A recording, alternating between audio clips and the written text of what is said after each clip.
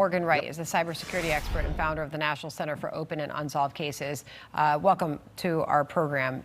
Please do give us your thoughts in this moment. Anything that strikes you, anything that stands out, maybe something that we're missing. Sandra, I've been obviously following a lot of this and writing on it on my Substack. The biggest thing you've got to do as a former detective is you've got to narrow down that timeline. You've got to narrow down those constraints to the smallest possible window, because then you decrease exponentially the amount of data and things you have to do. And for me, where I would start at is, and it actually came from John's demonstration yesterday on the pacemaker in the app, I want to know at the time that the last time that the app successfully pinged, did it show, what kind of data does it show? Does it show that Nancy was functioning normally, her heart was normal, or does it show that she was an extremist? Was her heart elevated? That starts giving you a window when things started happening between the time the camera triggered and it gets in there. And then I did a quick analysis. I looked at the location and I did an egress analysis to say, if I wanted to get more than 5 miles away outside a 5-mile radius, how many major routes are those? And there are 5 major routes, dozens of ways inside each route, but there's 5 major routes. So abductors and criminals like this also are bound by human behavior, which is, you look at serial crimes, serial killers, geographic profiling, there's this thing called distance decay. You only go out so far before you run risk, right?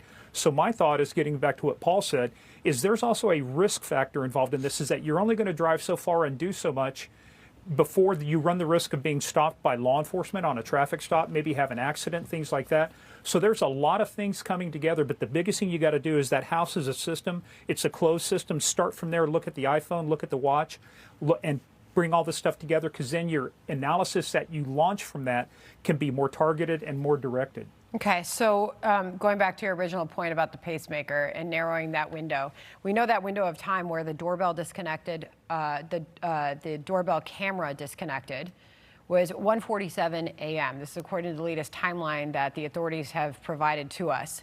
It was at 2:12 a.m. that the software detected a person on camera.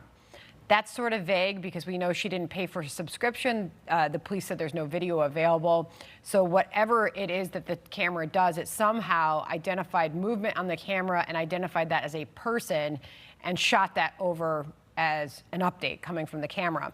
It was then at 2:28 a.m. that the pacemaker app, which obviously this tells us they got a hold of the app showed disconnect from the phone.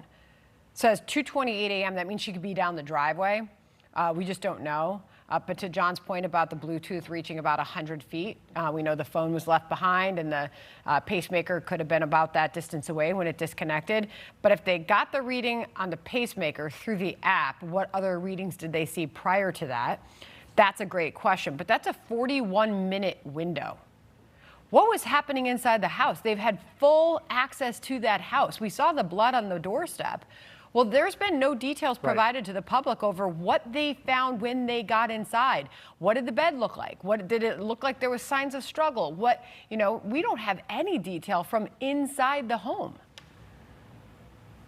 There's some detail outside the home that could actually inform a little bit more of the decision making, and that's where you get to the blood spatter experts. So anytime you have blood, and I'm not an expert in this, but work with people who are, you look at things like impact. You can tell from blood spatter if it's impact. You can tell if it's cast off or if it's just dropping.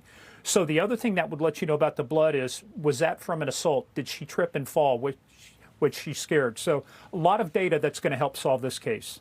Gosh, that's just a lot. And I'm sure that they are inundated with the leads, and they say they're chasing down every single one. It's just a huge investigation. We appreciate you joining us with your expertise. Thank you.